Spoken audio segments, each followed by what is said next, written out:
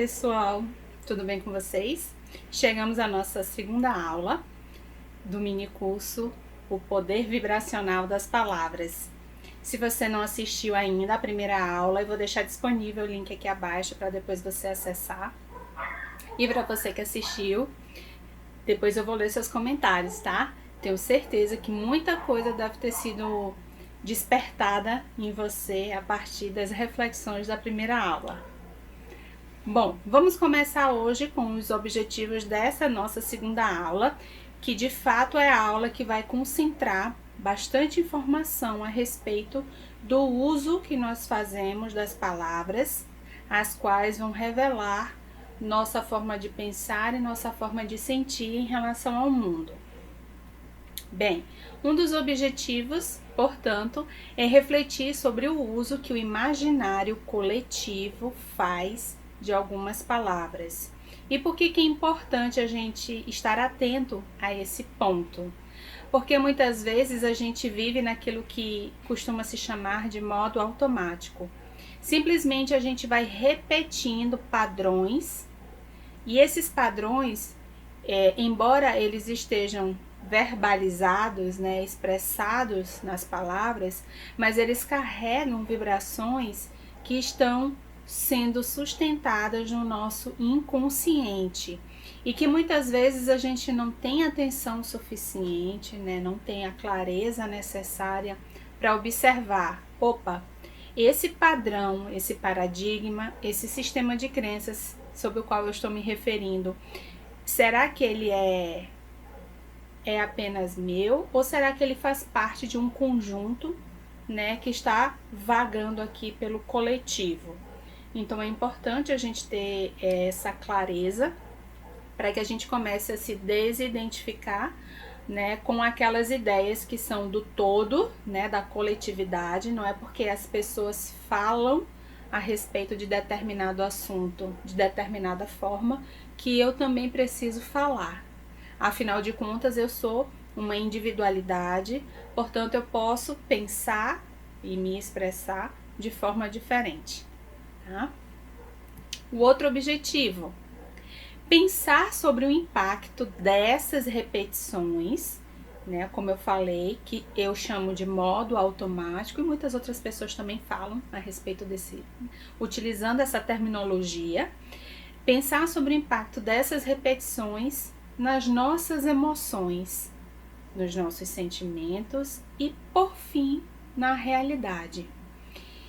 E aqui eu vou trazer um exemplo já, para esclarecer sobre isso. Eu já falei, em outras situações que eu não sou uma estudiosa da Bíblia. No entanto, eu utilizo os conhecimentos que ali são apresentados que ressoam com a minha alma. Ou seja, aquelas informações que a minha alma vibra e, portanto, me diz que elas são de fato coerentes, consistentes. E as outras que não ressoam dessa forma, eu simplesmente descarto, porque eu entendo que elas não fazem parte do meu padrão vibracional. E isso acontece na medida em que a gente vai se aproximando, da nossa essência, de quem realmente nós somos. A gente vai integrando novos padrões de energia que vão fazer com que a gente tenha essa percepção, essas intuições, de níveis mais elevados de consciência que fazem a gente escolher determinados pensamentos, sentimentos, palavras e também ações. Semelhante atrai semelhante. As palavras são como ímãs.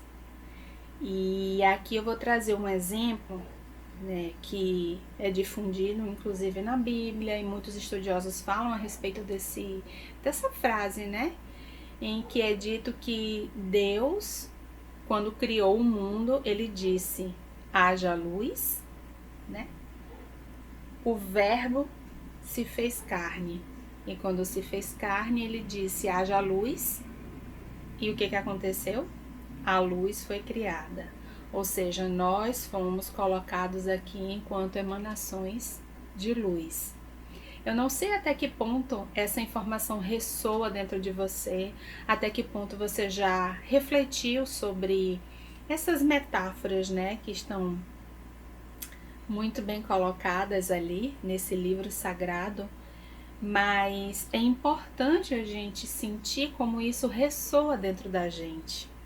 E aí, de novo, eu vou trazendo mais alguns pontos para a gente pensar dentro desse aspecto crístico, dentro desse aspecto mais iluminado, porque de fato eu acredito e sinto que o nosso padrão, né, o nosso sistema de paradigmas, ele está completa e diretamente relacionado com a forma como a gente representa aquilo que é falado ou aquilo que é sentido sobre o que é Deus ou sobre a figura do Mestre Jesus, por exemplo. E por que eu estou falando nisso, né? Porque eu vou trazer aqui uma reflexão inicial. Provavelmente você que está aqui já deve ter ouvido falar, né, em muitos milagres que Jesus, enquanto Cristo manifesto aqui na Terra, realizou. E o que a gente pode aprender dentre muitos aspectos que talvez você ainda não tenha se dado conta. Quando Jesus, né, o homem, o humano, ele elevava a sua frequência, né, a dimensões mais elevadas, ele alterava, portanto, o seu estado de consciência, unindo-se, integrando-se à consciência do Pai, e por isso que ele dizia que eu e o Pai somos um, porque ele se elevava ao nível de consciência uno, né, a essa inteligência suprema. E então, quando ele se tornava um com essa consciência, ou seja, quando não havia dualidade, quando não havia separação, quando não havia polaridades, é porque havia a integridade, a plenitude do fluxo divino sendo manifestado ali. E nesse estado de consciência alterada em que Jesus se encontrava, quando se unia à consciência crística, ele dizia algumas palavras, né, algumas frases, e essas frases elas são carregadas de energia e, portanto, de poder divino, de poder crístico.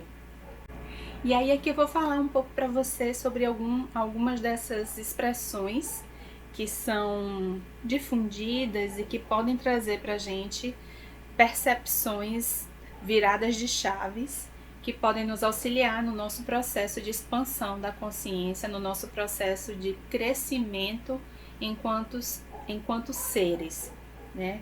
Então, Jesus, ele tinha, né, o seu estado mental elevado, unido à consciência da inteligência, desse campo unificado de inteligência, de infinitas possibilidades. E aí havia a relação, né, desse estado de consciência com o poder da palavra que ele tão sabiamente expressava.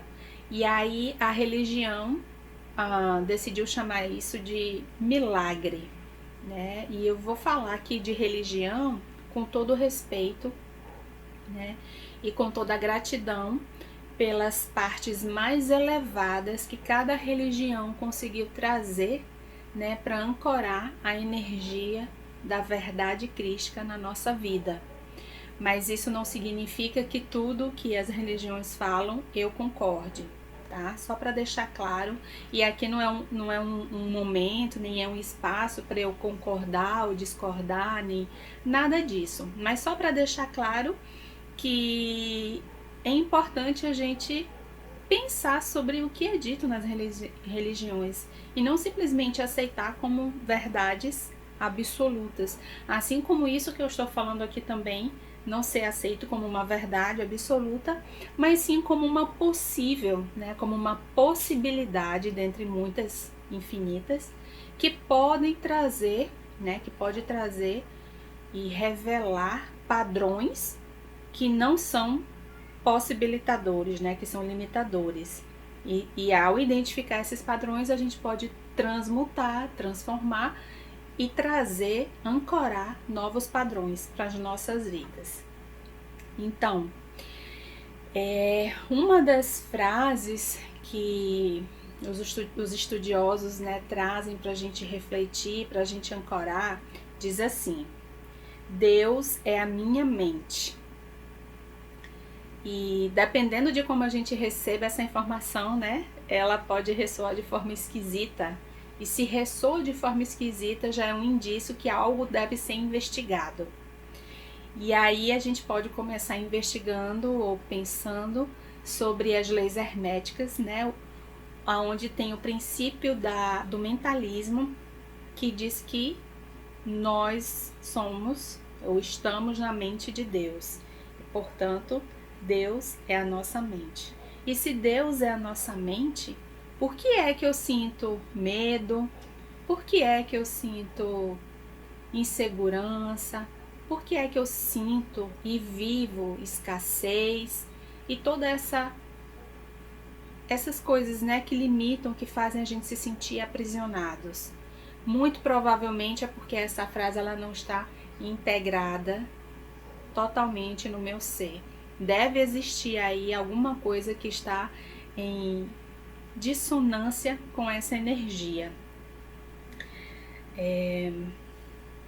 Então Jesus dizia, por exemplo, né, filho, tudo o que é meu é teu. O que significa de fato isso? Você já sentiu no seu coração qual é o significado, né, dessa expressão? Filho, tudo o que é meu é teu.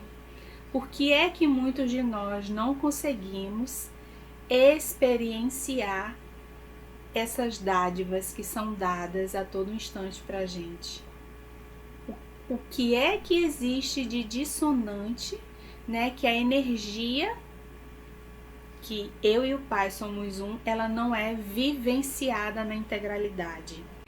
E a outra que é muito, muito, muito conhecida e que pode trazer também muitas reflexões pra gente, é quando ele diz que ele está no mundo, mas ele não é desse mundo, né? O que a gente pode tirar de compreensão, né, através da vibração dessas palavras? Ele estava no mundo enquanto humano, né, enquanto um avatar.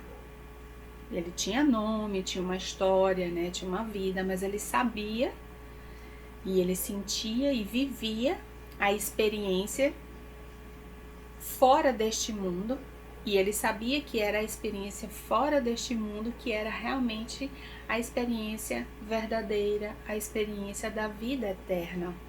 Então, quando a gente se enreda muito com as coisas aqui dessa dimensão, a gente acaba esquecendo que nós não somos desse mundo, embora os prazeres desse mundo sejam, né, bastante atrativos.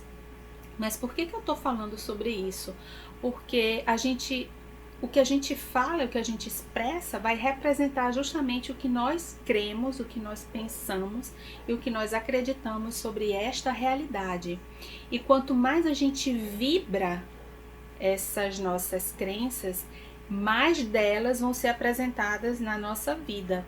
E aí é preciso a gente parar e pensar: será que aquilo que eu estou falando realmente é aquilo que eu estou almejando na minha vida? Bem, então é isso, né? Semelhante atrai semelhante, né? E as palavras são como ímãs. E a gente vai ver agora alguns exemplos que vão ilustrar essa frase.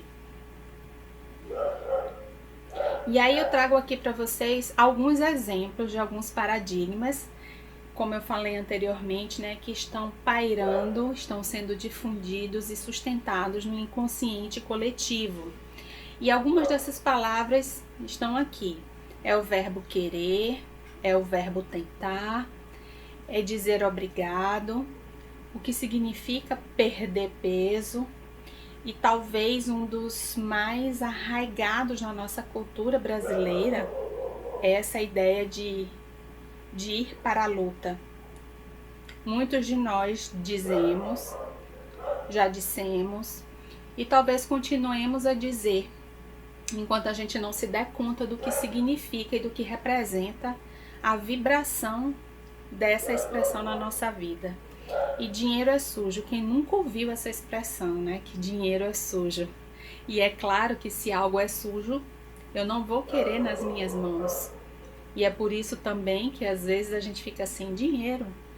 É claro, gente, que tudo isso aqui acontece de forma inconsciente, quando a gente vive no modo automático, fora do nosso estado interno de presença, sem ser o observador de si mesmo. Mas aqui é um momento para a gente parar um pouco e observar, será que essas coisas que estão sendo ditas aqui, elas têm fundamento, elas ressoam no coração, na alma? Vamos ver, por exemplo, o verbo querer.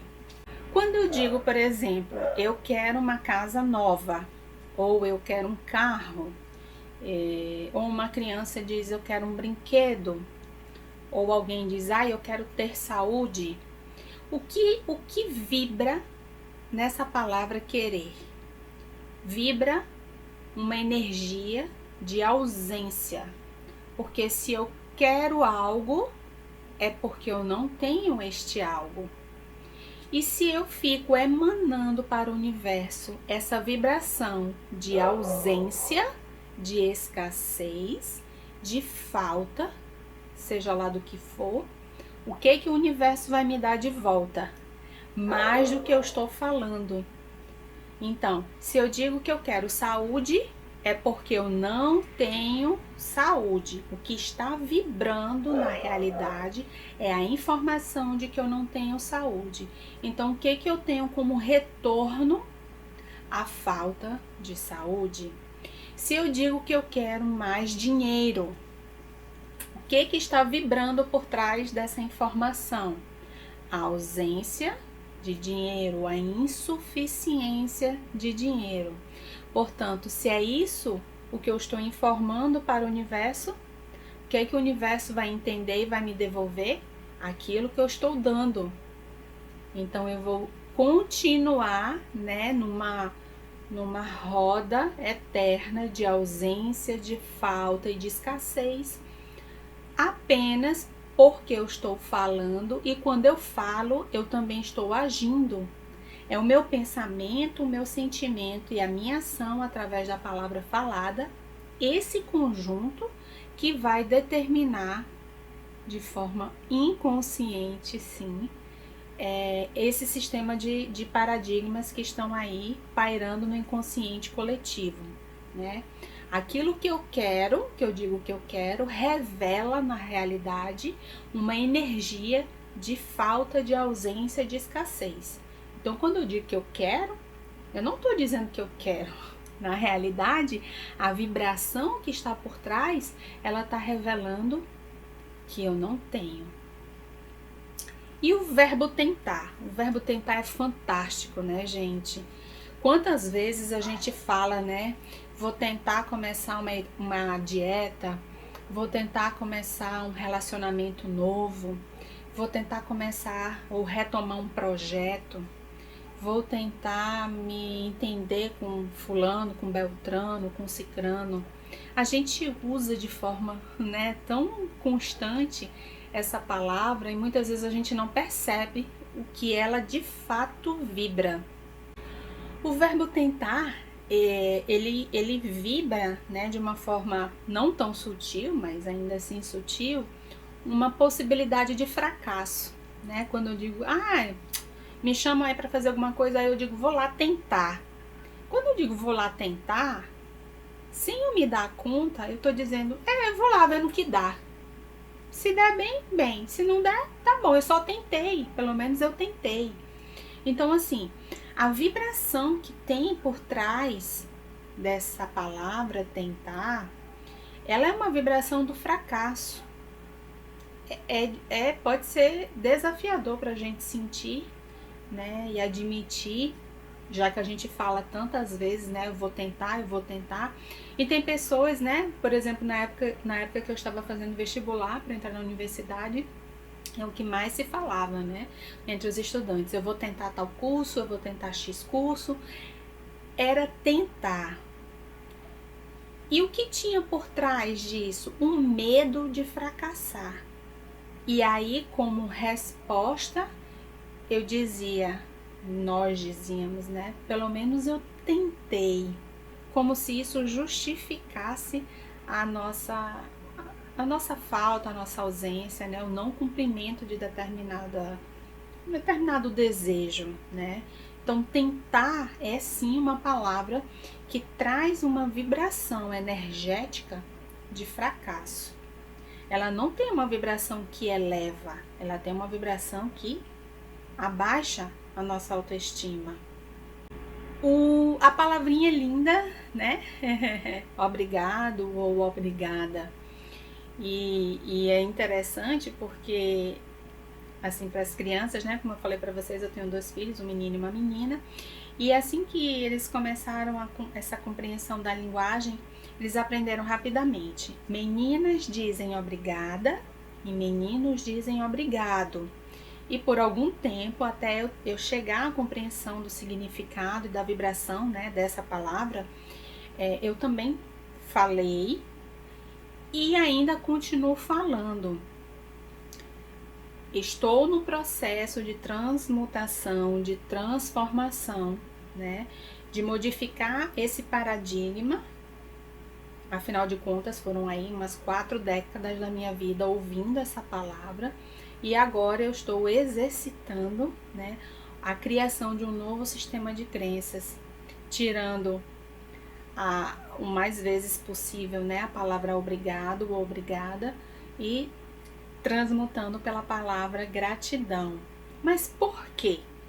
Qual é a vibração que tem por trás da palavra obrigado? Você já estudou, já leu, já buscou alguma informação sobre ela?